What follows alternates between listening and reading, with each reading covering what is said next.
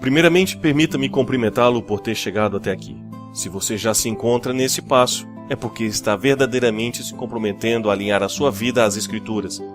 Você provavelmente a essa altura também já deve ter percebido a feroz oposição que o mundo faz quando começamos a corrigir nossas vidas. Fique firme e não desista jamais, porque o que fazemos é por amor de Yeshua. Você já deve ter percebido que na vida cotidiana as pessoas frequentemente apresentam vícios. Alguns vícios são muito evidentes e combatidos veementemente, como por exemplo o vício pelo álcool, do cigarro ou de algum entorpecente. Mas nem todo vício é uma dependência química. Alguns vícios são psicológicos, outros são vícios de comportamento. Vício, via de regra, é um hábito escravizador, difícil de se libertar, mesmo quando traz consequências nocivas. Quase todos que trabalham com recuperação de vícios apontam para um primeiro elemento como sendo a etapa mais importante na caminhada em direção à cura: o admitir o problema. Imagine que duas congregações religiosas são vizinhas. Uma fica em frente à outra. Agora imagine que as duas irão fazer uma sequência de palestras numa mesma data e no mesmo horário. Chamemos as duas congregações de Congregação A e Congregação B. A Congregação A coloca uma faixa dizendo o seguinte sobre a sua palestra: vivendo com Yeshua no seu cotidiano. Já a Congregação B coloca uma faixa dizendo: desvendando as profecias do Apocalipse. Qual a proporção de pessoas que você acha que assistirá à primeira palestra? E a segunda? Se vivêssemos no mundo ideal, a resposta seria simples.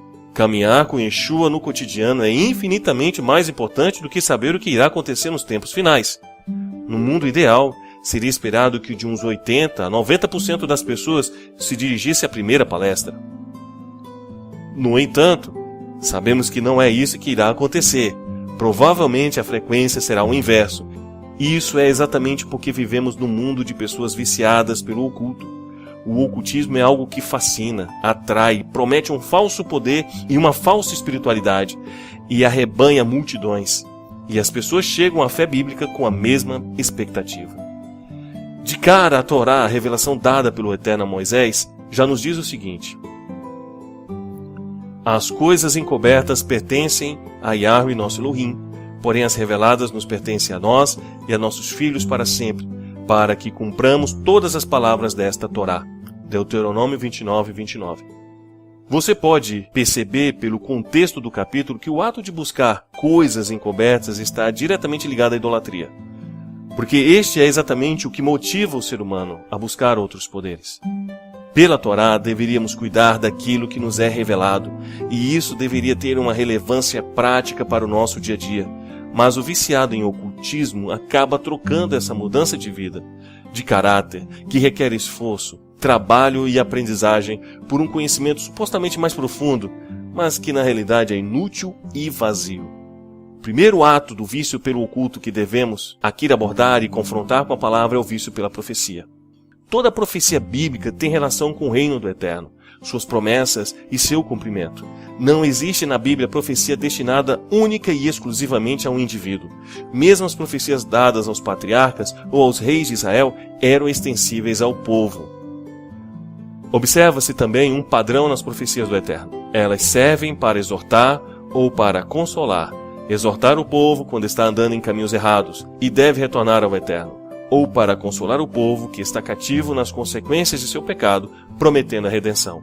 Observe que em momento algum das Escrituras existe profecia prometendo marido ou indicando que decisão a pessoa precisa tomar na vida. Existem profecias sobre o chamado da pessoa ao reino, porém todas elas têm, como a própria Bíblia indica, impacto sobre o reino. Vale ressaltar aqui neste ponto a diferença entre profecia e resposta de oração. Por exemplo, um casal que ore para ter um filho pode ser ouvido pelo Eterno e ser abençoado nesse aspecto. Porém, só se vê profecia bíblica relativa a nascimento quando é algo que envolve o reino em situações bem específicas. É importante também compreender como o Eterno se comunica, e existe uma informação bastante pertinente sobre isso na Bíblia. E disse: ouvi agora as minhas palavras. Se entre vós houver profeta, eu, Yahweh, em visão a ele me farei conhecer, ou em sonhos falarei com ele. Não é assim com meu servo Moisés, que é fiel em toda a minha casa, Boca a boca falo com ele, claramente e não por enigmas, pois ele vê a semelhança de Yahweh. Por que, pois, não tivestes temor de falar contra o meu servo, contra Moisés? Números 12, 6, 8. Observe que era apenas em ocasiões muito especiais que o Eterno falava com alguém diretamente. Na Bíblia, somente com Moisés e Yeshua o Eterno falou dessa forma, o que praticamente invalida a ideia do "eu, o Senhor, vos falo", que muito é dito nas religiões mundo afora. A razão para isso é muito simples. Se o Eterno assim agisse, seria impossível diferenciar o "eu, o Senhor, vos falo" de um transtorno mental, como uma esquizofrenia, por exemplo, ou mesmo da fala de um demônio. E o Eterno é muito claro e objetivo na sua maneira de agir. Aqui aprendemos como o Eterno se comunica em profecia através de sonhos ou de visões. Muitas vezes esses sonhos e visões não são nem mesmo compreendidos na hora, mas servem para preparar a pessoa para um evento que virá. Veja o exemplo de Pedro, que ao longo de Atos 10 teve uma visão, mas somente quando chegou à casa de Cornélio foi capaz de entendê-la plenamente. Às vezes, o profeta não é aquele a quem o sonho se dirige, mas aquele que é capaz de interpretar a mensagem de Elohim no sonho. Para exemplos, veja a história de Yosef, José e de Daniel. No hebraico, o termo Navi, que é traduzido como profeta, tem um significado muito diferente do que a maioria das pessoas imagina. Quando se fala em profeta, a maioria das pessoas pensa numa espécie de dom de adivinhação ou premonição. Contudo, o termo Navi significa literalmente orador ou porta-voz, isto é, aquele que fala por alguém. Na passagem a seguir, isso fica muito claro. E aconteceu que naquele dia, quando Yahweh falou a Moisés na terra do Egito, falou Yahweh a Moisés dizendo: "Eu sou Yahweh, fala a Faraó, rei do Egito, tudo quanto eu te digo." Então disse Moisés perante Yahweh: "Eis que eu sou incircunciso de lábios, como pois Faraó me ouvirá?" Então disse Yahweh a Moisés: "Eis que te tenho posto por Deus sobre Faraó, e Aharon teu irmão será teu profeta. Tu falarás tudo o que eu te mandar, e Aharon teu irmão falará a Faraó que deixe ir os filhos de Israel da sua terra." Êxodo 6, 28 e 7, 2. O profeta não tinha por função apenas fazer previsões. Pelo contrário, a principal função do profeta era exortar para que o povo pudesse andar nos caminhos de Elohim. E muitas vezes sua função era de julgar segundo a palavra. Vamos observar uma famosa profetisa na Bíblia na descrição de sua função. E Débora, mulher profetisa, mulher de Lapidote, julgava Israel naquele tempo. Ela sentava-se debaixo das palmeiras de Débora, entre Ramá e Betel, nas montanhas de Efraim, e os filhos de Israel subiam a ela a juízo. Juízes, capítulo 4, versículos de 4 a 5. Observe que a principal característica da nevoá, profecia, não era adivinhar o futuro, mas sim afirmar ao povo a fidelidade do Eterno, confrontando-o e o chamando para se arrepender dos seus pecados e retornar aos caminhos de Elohim. A função da profecia, portanto, não é revelar o futuro, e sim exortar e confortar. Exortar indicando aquilo que irá ocorrer àqueles que se levantarem contra a palavra do Eterno. Exortar no sentido de, como ocorrido com Jonas em Nínive, fazer com que as pessoas retornem aos caminhos de Elohim. Acontece apenas que é preciso separar o conceito de profeta do conceito de adivinhador. A profecia é uma palavra que tem um objetivo específico, voltado para o reino. E a profecia pode ou não conter uma revelação sobre algo vindouro. E na maioria das profecias dos grandes profetas da Bíblia, não existe nada de novo, no sentido da revelação, pois as punições e bênçãos por eles proferidos já haviam há muito sido declaradas. Todos nós podemos profetizar. Profetizar não é balbuciar com forte emoção meia dúzia de chavões bíblicos, fora de contexto, enquanto se impõe as mãos sobre a cabeça de alguém. Esse tipo de prática é, na melhor das hipóteses, um acesso de descontrole emocional, recheado de uma ilusão de espiritualidade. Profetizar também não é falar com aquela voz profunda, rouca, quase que de locutor, determinada e passional, como muitos religiosos têm. Aliás, a voz de muitas vezes é a razão pela qual as pessoas dão crédito a tais figuras. Não nos esquecemos de que Moisés, afirmado pela Bíblia como um dos maiores profetas, tinha problemas na fala, possivelmente sendo gago ou tendo a língua presa. E hoje em dia, se um religioso for gago ou tiver a língua presa, provavelmente terá pouco crédito como adivinhador celestial. Provavelmente, neste ponto, alguns irão dizer: mas eu já recebi profecia diferente dos padrões bíblicos e aconteceu. O que pode explicar isso? Vamos abordar aqui alguns possíveis motivos para isso. Primeiro, o efeito da sugestão. Muitos pensam que o efeito da sugestão ocorre apenas com pessoas de mente fraca, mas isso está bem longe de ser verdade. O mero desejo de obter uma resposta ou revelação pode simplesmente fazer com que aquilo funcione. Pessoas que acreditam que serão curadas podem ser curadas. Pessoas que precisem de um empurrão motivacional para que suas vidas dêem uma guinada poderão obter essa guinada. 2. Frases genéricas ou charlatanismo. Um derivado do efeito da sugestão é o uso de frases genéricas. Essa é uma técnica dominada por charlatões, mas que às vezes é usada até mesmo por pessoas bem intencionadas. Todo ser humano tem angústias, sofrimentos e desejos ocultos. Todos têm pecados contra os quais lutam com dificuldade, cada qual à sua maneira. Todos têm problemas familiares, de casamento, no trabalho. Todos têm questões de saúde a serem superadas.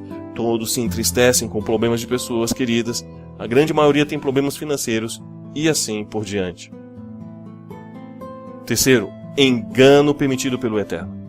Se insistirmos em caminharmos de forma contrária às Escrituras, o Eterno pode permitir que nós sejamos deliberadamente enganados pelo maligno. E disse Yahweh: quem induzirá Acabe para que suba e caia em Ramote de Gileade? E um dizia desta maneira e outro de outra. Então saiu um espírito e se apresentou diante de Yahweh e disse: eu o induzirei. E Yahweh lhe disse: com que? E ele disse: eu sairei e serei um espírito de mentira na boca de todos os seus profetas. E ele disse: tu o induzirás e ainda prevalecerás. Sai e faze assim. Agora, pois, eis que Yahweh pôs o espírito de mentira na boca de todos esses teus profetas, e Yahweh falou o mal contra ti. 1 Reis, capítulo 22, do 20 ao 23. Quarto, indução ou ameaça. Outro recurso frequentemente empregado de forma associada à profecia é o uso de indução ou ameaça. Ambos levam a pessoa que recebe a profecia a quererem muito aceitá-la, ou se sentirem mal de rejeitá-la. Como exemplo, tomemos algumas seitas religiosas que dizem coisas como: se você tiver fé e buscar em sinceridade de coração, o Eterno te revelará que tais coisas são verdadeiras. Basicamente, você está sendo enganado, induzido a acreditar. Porque se você não acreditar, isso significa que você não tem fé, ou não buscou em sinceridade de coração. Aliás, essa técnica também pode ser usada para casos em que a profecia não se cumpriu. Quinto, aproveitamento de oportunidade. Esse é o que se chama no popular de chutar o cachorro morto. Muitos profetas aguardam que uma pessoa esteja emocionalmente fragilizada para trazê-la de volta ao seu domínio. E Yeshua nos disse: tenho-vos dito isso para que em mim tenhais shalom. No mundo tereis aflições, mas tende bom ânimo, eu venci o mundo. João 16:33. Sexto, humildade ou seriedade do profeta. Um dos recursos que induz a pessoa a acreditar na profecia também pode passar pela humildade ou seriedade do profeta. Profetas que dizem coisas como: olha, sou muito sério naquilo que afirmo, nunca digo nada sem antes ter certeza que vem do Senhor. Ou que oram dizendo coisas como: Eterno, não permita que eu fale contra a tua vontade e não me permita cair no engano do meu coração. Tendem a receber mais confiança. Às vezes pode até mesmo estar sendo sinceros em sua oração. Sétimo, simples estatística. Há situações em que a mera estatística ajuda. Vamos dizer que uma pessoa se aproxime de um profeta para indagar se o marido irá ou não aceitar a palavra. Lembremos neste ponto que qualquer resposta do profeta será mentirosa, uma vez que a própria Bíblia diz que não temos como saber tal coisa. Porque de onde sabes, ó mulher, se salvarás teu marido? Ou de onde sabes, ó marido, se salvarás tua mulher? 1 Coríntios 7,16. No entanto, observe que o profeta tem no mínimo 50% de chance de acerto. Afinal, só existem duas respostas possíveis: ou ele irá aceitar a palavra ou não. Porém, na maioria dos casos, se um dos cônjuges não tiver nenhuma ligação com alguma prática religiosa, as chances dele acabar cedendo à insistência do outro cônjuge e participando dos serviços do estudo é grande. Oitavo, sem prazo de validade. Um derivativo da questão estatística é a ausência do prazo de validade. Ora, o ciclo natural da vida contém altos e baixos. E se você está no fundo do poço, pode até levar alguns anos, mas em dado momento você irá se recuperar. Da mesma forma, que se tudo estiver bem, em dado momento algum problema poderá te atingir. Profecias do tipo, o Eterno me revelou que tem tempos de aflição, ou ainda, o Eterno me revelou que se você persistir a vitória virá, são profecias cuja ausência de prazo de validade a tornam mais do que um cenário possível, tornam-se num cenário provável. 9. Sensibilidade natural. Uma das coisas muito estudadas em áreas como psicologia, a linguística e a comunicação é a comunicação não verbal. Em muitos casos, a comunicação não verbal pode chegar a uns 70% do sentido do que se quer expressar. São exemplos de comunicação não verbal as expressões faciais, as nuances corporais, a forma como a pessoa se relaciona com o espaço. Existe inclusive uma série de televisão chamada Lie to Me, que é baseada em algum desses conceitos. Uma pessoa com uma maior sensibilidade a essa comunicação não verbal pode ser facilmente capaz de captar mensagens e praticar adivinhações, revelar coisas como o estado emocional ou perceber problemas que afligem a pessoa. 10. Sensibilidade espiritual. Há pessoas que têm alguma sensibilidade espiritual, isto é fato. Porém, isso não significa que tais pessoas sejam utilizadas por Elohim para transmitirem mensagens. Primeiramente, porque nem todas são servos de Elohim. 11. Pôr à prova. Uma das palavras mais persuasivas de um profeta ocorre quando ele afirma que devemos supostamente fazer prova da palavra do Eterno revelada a ele. Claro, isso não costuma ser seguido por nenhum sinal claro e distinto. Sinais genéricos como eu te abençoarei, ou vereis a minha glória, ou ainda o problema será sanado, não são sinais típicos do nosso Elohim, mas impressionam os menos instruídos. O nosso Elohim, quando deseja se manifestar em sinais, o faz de forma clara, distinta e inconfundível. Veja alguns exemplos. E deu naquele mesmo dia um sinal dizendo, este é o sinal de que Yahweh falou, eis que o altar se fenderá e a cinza que nele está se derramará. 1 Reis 13:3. Portanto, o próprio Adonai vos dará um sinal, eis que a virgem conceberá e dará luz a um filho, e chamará o seu nome Immanuel. Isaías 7:14. 12. O poder das trevas. E o fato de alguém exibir sinais e prodígios não faz dessa pessoa um servo de Elohim. E Yeshua foi enfático quanto a isso ao dizer, nem todo o que me diz, Senhor, Senhor, entrará no reino dos céus, mas aquele que faz a vontade de meu Pai que estás nos céus. Muitos naquele dia hão de dizer-me, Senhor, Senhor, porventura não temos nós profetizado em teu nome, e em teu nome não expelimos demônios, e em teu nome não fizemos muitos milagres? Então lhes direi explicitamente, nunca vos conheci, apartai-vos de mim, os que praticais a iniquidade. Mateus, capítulo 7, versículos 21 a 23. 13. Entregando o ouro ao bandido. Há pessoas que entregam o ouro ao bandido quando procuram um profeta. Uma pessoa que esteja em crise no casamento, que tenha um negócio e esteja passando por dificuldades, logo se anima de ouvir uma profecia de que o Eterno reverterá a situação. O Eterno até pode reverter a situação, por amor da pessoa. Ou a própria pessoa pode conseguir por emprego de seu próprio esforço, ou até mesmo pode ser uma combinação de ambos. Isso não significa que a profecia seja verdadeira. Não é à toa que Satã deseja que você seja ingênuo perante tantas falsas profecias. Ele deseja destruir a sua vida. Ou até pior do que isso, ele pode desejar que, através de você, ele consiga destruir as vidas de outras pessoas. 14. Problemas de saúde mental. Uma outra coisa que ninguém comenta, talvez por incômodo, mas que é fato. Uma pessoa que tem visões ou ouve vozes pode apresentar um quadro de psicose, quer seja algo temporário, definitivo ou recorrente. A maioria das pessoas tem o mau hábito de logo pesquisar no Google e de descartar essa possibilidade, talvez por medo de encará-la. Mas a psicose só pode ser diagnosticada por um profissional de saúde, até porque existem traços de psicose bem leves, em que a pessoa vive normalmente em sociedade, mas vez ou outra tem alucinações ou delírios. Dentro de tudo que foi verificado sobre a profecia, o checklist a seguir é importante para assegurar que a revelação veio mesmo do Eterno. A profecia tem propósito para o reino? A profecia tem um propósito claro, como exortar, alertar ou indicar a libertação? Existem exemplos de profecias semelhantes nas Escrituras? A profecia foi dada em mistério, como por visão ou sonho? Existe um bom motivo para a profecia ser dada? O profeta é uma pessoa obediente aos mandamentos do Eterno? A profecia reflete o caráter e a vontade de Elohim tal qual expressa em sua palavra? A profecia encoraja o desenvolvimento espiritual através da dependência do profeta? A profecia fala de coisas triviais? A profecia leva em conta o livre-arbítrio, não interferindo em escolhas individuais? A profecia é clara e precisa e não genérica? A profecia é dada sem manipulação psicológica? A profecia é confirmada por outros testemunhos ou por sinal claro da parte do Eterno? A resposta precisa ser sim para todos os itens acima.